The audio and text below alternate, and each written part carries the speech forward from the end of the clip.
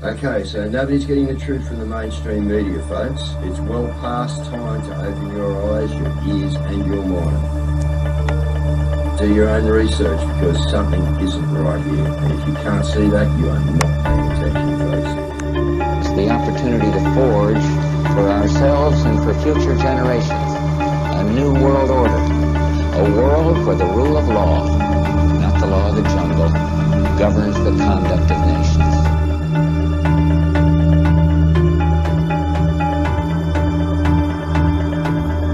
So let's look at each one of these and see how we can get this down to zero. Probably one of these numbers is going to have to get pretty near to zero.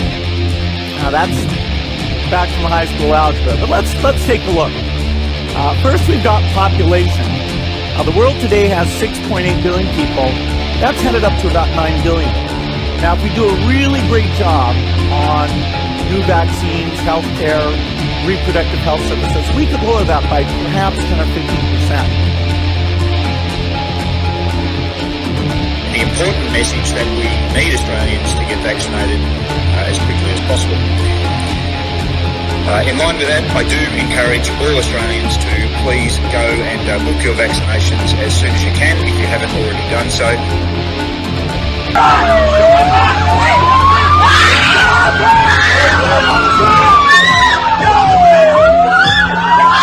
Emma, get away!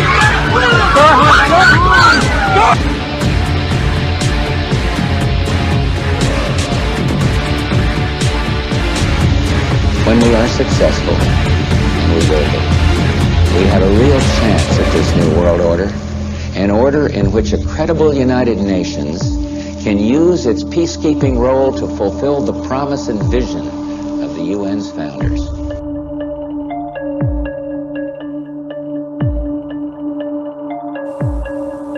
Okay, we need to stand up against this tyranny, folks. Stop giving away your freedoms and liberties, because the more you give up, the more these people will take until you have absolutely nothing left. That's their agenda. Venice, Italy. All right, good evening, viewers. Well, family, I should say. Sorry, I shouldn't use that, viewers, but you are viewers. You're certainly not followers, guys, because I'm seeing from the progress out there that you're all becoming your own leaders. Isn't that a great thing, eh? And this is what we got to do, guys, so we can get a bit of transparency, all right, out in there in our communities and other places, guys. I think it's tomorrow, 890 days at the Governor General's in Canberra. Absolute massive effort. Anyway, let's get Caz in. Get rocking. Hi, and we've got got a bit of news, Caz. How you going? Good. We've got teresavanlieshout in, so I'll bring her in straight away because she has written her book. Teresa, you're on mute. Take yourself off mute. Hi, Guru. Welcome. Hi, Caz. How you going? Good, thank you. How are you? Yeah, I'm pretty good, thanks. Good to see you both. Good to talk with you both. And hello, everybody watching. Yeah, I'm really happy to talk with you. And I've got my new book. It's all very exciting. So that's the political persecution of women and children. Political persecution of women and children. It's just seeing like in the screen there, if you see it right. It's 556 pages. It's a massive book, so everybody's going to get their money's worth. And it's written for a global audience. It's women's rights, the rights of the world's women and children particularly, but it's written for good men as well. So there's actually quite a lot of men that have bought my book already, and quite a few orders in Australia, one to America already, which is great. It's been only 2 weeks, so pretty good so far. And yeah, it's covers a huge range of issues in the book about COVID lockdowns and how that affect the world's population, and Australian issues, obviously, government issues, but also particularly issues relevant to women all over the world and children particularly. You know, topics like rape on a global level. I've got massive research. It's full of research evidence, a huge range of research evidence and real life experiences of women all over the world. and huge amount of research evidence in the book. And I've quoted people from all over the world, really. This is a masterpiece, this book. I really think it's a really, not very modest of me, I know that. Yeah, give it a pump. Yeah. Went to the Guru School of Marketing, I think. Yeah. Do you know one of the things that I found really shocking is that I've heard stories of kids that don't know how to blow up a balloon because they're in they're in an age bracket where COVID hit, so they've never been to a birthday party and they don't know how to blow up a balloon. That's one of the things that I found really shocking. Well, I think the governments all over the world are destroying parental rights, and children are massively vulnerable in today's world. There's so many things. There's a big chapter on gender ideology, trans ideology. What they're doing in the schools is really disgusting and evil, and the impact on women and parents. And children are just incredibly vulnerable in today's world. And what I've written many things in the book about children's rights and answers and solutions as well to a lot of the world's problems with impacting women, children, and good men. For example, child sexual abuse material on the internet is horrific, and the researchers are saying about it. Something like over 130,000 websites where children are being groomed and they're coerced to take pictures of themselves, sexual pictures, and it gets uploaded onto the internet. And it's a massive multi-million-dollar industry. We're near enough trying to stop it. There's big problems with that. All the groomers out there in the school system, on the internet. So keep your children off the internet. They shouldn't be on the internet unless, they're doing from year 12, for example. They shouldn't even be on the internet unless from the age of 12 doing an educational, being a teacher myself. It's got to be, it's certainly got to be monitored properly. And that, we're seeing that now. And in some aspects, but we've got a thing called sex, what is it with the kids now? And they're, Nigerian people. We had one kid commit suicide. All right. And that was all because he got blackmailed. He thought it was a girl. They sent a nude pic. He sent a nude pic back. Then they asked for a headshot. Next minute they said, we're sending it everywhere. This young kid took his life, mate, and was sucked in by these scammers. You know what I mean? So look, for some kids, it's a lifeline. For other kids, it can be the demise of their life. You know what I mean? It's all about guidance and parental guidance, as you said. And that's what we got to get back to. It's all been removed. Absolutely. And it's not all over the world. It's not safe to have your children on the internet anymore. It just isn't. The child sexual abuse material websites has doubled and tripled again in the last 15 years. It's horrific. And they're saying that researchers are saying, I've got the evidence in the book saying that 92% of child sexual abuse material on the internet is self-generated, which means they're in their rooms on their own, and these predators are on all these websites, Snapchat and all these other apps and all, and they're grooming children, and they're not supervised, and they're producing these explicit material, and they get threatened, coerced.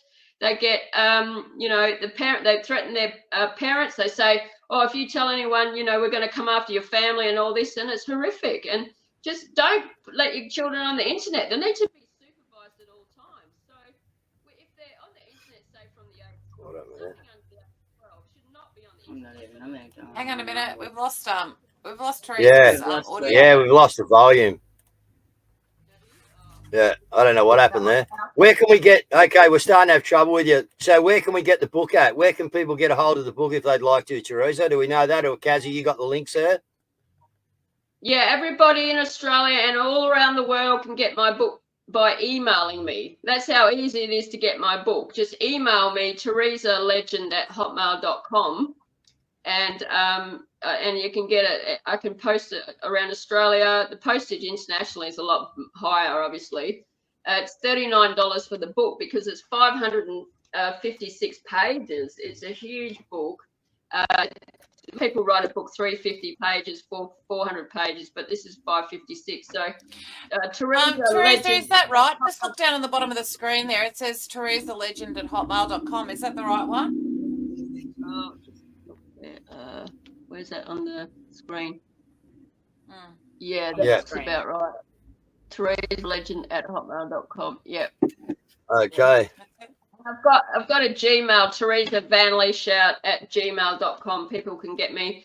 Also, my phone number's public in Australia on YouTube and Facebook and Twitter, and not Twitter, sorry, to Facebook. No worries. So you can call me or email me. And I've got a video about the book on my YouTube, Facebook, BitChute, Twitter, and Rumble as well. So you can email me or call me to get the book, and I can get it posted to you at the cost of what it is. Yeah. Okay. Thank you very much, Teresa. Good luck with it. And yeah, Caz. Yep. I was just going to say, yeah, sorry. Yeah, we're having audio with problems with you. Is the only thing. Yeah, you're breaking up a lot. That's why I was, yeah. Okay, I've got 12 chapters in the book, so they're probably spamming this video because they don't want me talking about this book. You know, it's got 12 chapters in the book, and it's got a huge range of issues.